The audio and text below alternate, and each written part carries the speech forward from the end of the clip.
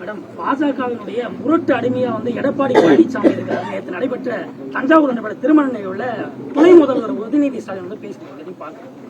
துணை முதலமைச்சர் அவருக்கு என்னப்பா, அவருக்கு எடப்பாடி அண்ணனை பத்தி என்ன தெரியும், பாஜக பத்தி என்ன தெரியும்? முரட்டு அடிமையா? ஓஹோ, அவர் சினிமாலாம் நடிச்சார்ல, அப்படிதானே? முரட்டு கலையை நடிச்சாரா? முரட்டு கலையை நடிச்சது ரஜினி. ஒரு முரட்டு மனிதனாவும் நடிச்சிருப்பாரு இல்ல. இது வார்த்தைகள்ல எவ்வளவு மோசமான வார்த்தைகள் நீங்க பாருங்க. அதாவது சாதாரணமா ஒரு ஒன்றியத்துல இருந்து கிளைக்கு ஒன்றியத்துல இருந்து அதுக்கப்புறம் மாவட்டத்துக்கு மாநிலத்துக்கு முதலமைச்சரானா மற்றவர்களோட அருமை தெரியும், உழைப்பவர்களின் அருமை தெரியும், அரசியல் கட்சி தலைவர்களை மதிக்க தெரியும். நீ நேரம் கொண்டு உங்களை உட்கார வச்சுட்டீங்க. அப்போ அண்ணன் எடப்பாடியார் போன்றவர்கள் கிளையிலிருந்து மேல வந்திருக்காங்க. பாஜக யாரையும் அடிமைப்படுத்துற கட்சி கிடையாது. நான் என்ன கேட்கிறேன், உங்களை அடிமைப்படுத்திய எமர்ஜென்சி நேரத்துல உங்களை அடிமைப்படுத்தி உங்க அப்பாவை சிறையில போட்ட காங்கிரஸ் கூட கூட்டணி வச்சிருக்கீங்களா? இது என்ன அடிமைத்தனம் நான் கேட்கிறேன். என்ன அடிமைத்தனம்? இன்னைக்கு மொழி போற சொல்றீங்க. இந்த மொழி போரில் சுட்டுக்கொன்ற இளைஞர்களை சுட்டுக்கொண்ட இதே காஞ்சிபுரத்துல நான் கேட்டேன், மொழிப்போர் தியாகிகளுக்காக கூட்டம் நடத்துகிறோம். யாரை எதிர்த்து கூட்டம் நடத்துறீங்க? மொழிப்போர் தியாகிகள் கூட்டத்துக்கு காங்கிரஸ் கூப்பிட்டீங்களா? காங்கிரஸ் கூப்பிட்டீங்கன்னா உதப்பாங்க. ஏன்னா அவங்களை சுட்டு கொன்னதே அவங்க தான். அவங்க கூட கூட்டணி வச்சிருக்கீங்கன்னா அடிமையா இருக்கீங்க காங்கிரசுக்கு.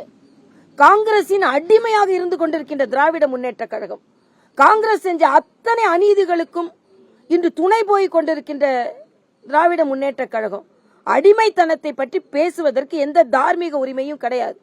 அதுவும் உதயநிதிக்கெல்லாம் நான் பதில் சொல்லவே கூடாது. உடனே அவர் ஜெயிச்சிட்டாரு, நீங்களா ஜெயிக்கிற வக்கு இருக்கா, உங்களுக்கு துப்பு இருக்கா? நாங்கெல்லாம் நேர்மையா தேர்தலை நடத்தி கொண்டுறோம். நீங்க பணபலம் இல்லாமல் யாருக்கும் கொடுக்கறத கொடுக்காம நேரடியா நானும் நிக்கிறேன் நீயும் நிக்கிற அப்படின்னு சொன்னா இவங்க எந்த அளவுக்கு ஓட்டு வாங்குவாங்க எனக்கு நல்லா தெரியும். அதனால அது மட்டும் இல்ல, எஸ்ஐஆர்ல அன்னைக்கு எவ்வளவு பேர் நீக்கப்பட்டிருக்காங்க. உதாரணத்துக்கு தென் சென்னையில நாங்க தோத்து போயிட்டோம். எங்களுக்கு டிஃபரன்ஸ் 2.25 லட்சம் ஓட்டு. இன்னைக்கு எஸ்ஐஆர்ல நீக்கப்பட்டது 5 லட்சம் ஓட்டு. எப்படி ஜெயிச்சிட்டு இருக்காங்க அவங்க? எஸ்ஐஆர்னால சொர்க்கத்துல இருக்கவங்களா நிம்மதியா இருக்காங்க. வாழ்றவங்களோட ஓட்டு போடுறத விட செத்தவங்க ஓட்டை வாங்கினவங்க அதிகம் இவங்க பேசிட்டு இருக்காங்க. அதனால இன்னைக்கு கூட கார்ல் மார்க்ஸுக்கு சிலை வைக்கிறாங்கப்பா. கார்ல் மார்க்ஸ் கம்யூனிஸ்ட்காரனே மறந்துட்டான். கம்யூனிஸ்ட்காரன் மறந்தாரு. தமிழ்நாட்டுக்கு கார்ல் மார்க்ஸ்க்கு என்னப்பா சம்பந்தம்? எனக்கா தமிழ்நாட்டுக்கு வந்திருக்காரா? தமிழ்நாடு கலாச்சாரத்திற்கும் சமூகத்துக்கும் எதிரானவர்கள் இவர்கள் எல்லாம். திருப்பரங்குன்றத்துல நான் விளக்கு வைக்க கூடாது, உடனே கார்ல் மார்க்ஸுக்கு நான் இங்க செலவு வைப்பேன். என்னப்பன் முருகனை கும்பிடக்கூடாது, நான் கார்ல் மார்க்ஸ் நான் கும்பிடுவேன். என்னங்க இது? என்ன நடந்துட்டு இருக்கு தமிழ்நாட்டுல? இது ஒன்னே தமிழ்நாட்டுல மக்களை பத்தி சிந்திக்காம நான் சொல்றாரு ஸ்டாலின் உடனே அப்படி சிகப்பு எட்டி பாக்குதான். சிகப்பு எட்டி பாக்கிறதுனால தான் காவி கழுத்தை பிடிச்சி இழுத்து நெரிச்சிட்டு இருக்கீங்களா?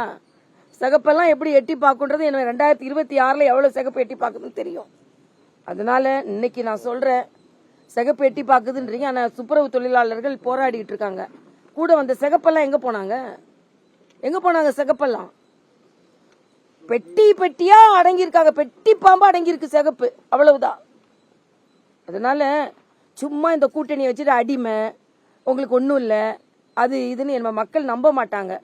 எப்ப பார்த்தாலும் முதலமைச்சர் பேசினா நான் சொல்லிடுவேன், அவர் பேசின உடனே நாங்கள் அடிமையாக மாட்டோம், மத்திய அரசு எங்களை ஒரு பைசா கூட. அதான் நேற்று கூட நான் என்னோட ட்விட்டர்ல போட்டிருந்தேன், முட்டை முட்டை முட்டைன்னு போட்டு மத்திய அரசின் முட்டை முட்டைன்னு போட்டு. முட்டைனா பொரிக்கும், குஞ்சு வரும், அதுக்கப்புறம் முட்டை போடும், மல்டிப்ளை ஆகும். ஆக நீங்க எங்களை முட்டை முட்டைன்னு சொல்லிட்டு இருக்கிறத நீங்க நிறுத்தினா மக்கள் தான் உங்களுக்கு முட்டையை கொடுக்க போறாங்க. அதனால எதை பத்தியும் கவலை இல்லை. நாங்க மக்களோடு நிக்கிறோம், மக்களுக்காக மக்களோடு தான் எங்களோட இது. அதனால